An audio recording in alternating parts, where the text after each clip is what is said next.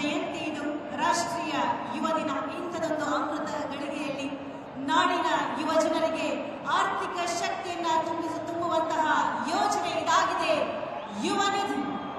ಬಂಧುಗಳೇ, ತಮಗೆಲ್ಲರಿಗೂ ಕೌಶಲ್ಯಾಭಿವೃದ್ಧಿ, ಉದ್ಯಮಶೀಲತೆ ಮತ್ತು ಜೀವನೋಪಾಯ ಇಲಾಖೆಯ ಪರವಾಗಿ ಕಾರ್ಯಕ್ರಮದ ನಿರೂಪಕರಾಗಿ ನಾನು ಶಂಕರ್ ಪ್ರಕಾಶ್. ನಾನು ನಿಮ್ಮ ಮನೆಗಳ ಭಾನುವಾರ.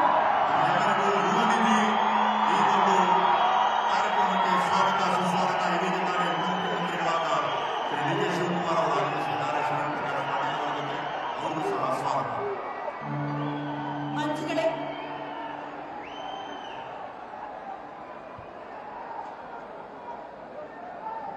ಬಂಧುಗಳೇ, ಯುವ ನಿಧಿ ಯೋಜನೆಯ ಫಲಾನುಭವಿಗಳಿಗೆ ಸ್ವಾಮಿ ವಿವೇಕಾನಂದರ ಜಯಂತಿಯ ದಿನದಂದು ನೇರ ನಗದು ವರ್ಗಾವಣೆ ಮೂಲಕ ನಿರುದ್ಯೋಗ ಭತ್ಯೆ ಪಾವತಿಯ ಈ ಚಾಲನಾ ಕಾರ್ಯಕ್ರಮಕ್ಕೆ ಮತ್ತೊಮ್ಮೆ ತಮಗೆಲ್ಲರಿಗೂ ಆದರದ ಹೃತ್ಪೂರ್ವಕ ಸ್ವಾಗತ. Very hearty welcome to all of you. ತಮಗೆಲ್ಲರಿಗೂ ಸ್ವಾಗತ ಸುಸ್ವಾಗತ.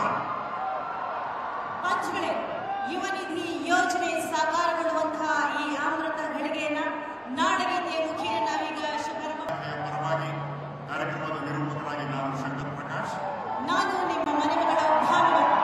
ಎಲ್ಲರಿಗೂ ಯುವ ನಿಧಿ ಈ ಒಂದು ಕಾರ್ಯಕ್ರಮಕ್ಕೆ ಸ್ವಾಗತ ಸುಸ್ವಾಗತ. ಇದೀಗ ತಾನೇ ಉಪಮುಖ್ಯಮಂತ್ರಿಗಳಾದ ಶ್ರೀ ಡಿ ಕೆ ಶಿವಕುಮಾರ್ ಅವರು ಆಗಮಿಸಿದ್ದಾರೆ. ಶರಣ ಕಾರ್ಯಕ್ರಮಕ್ಕೆ ಅವರು ಸಹ ಸ್ವಾಗತ. ಮಂಜುಗಳೇ,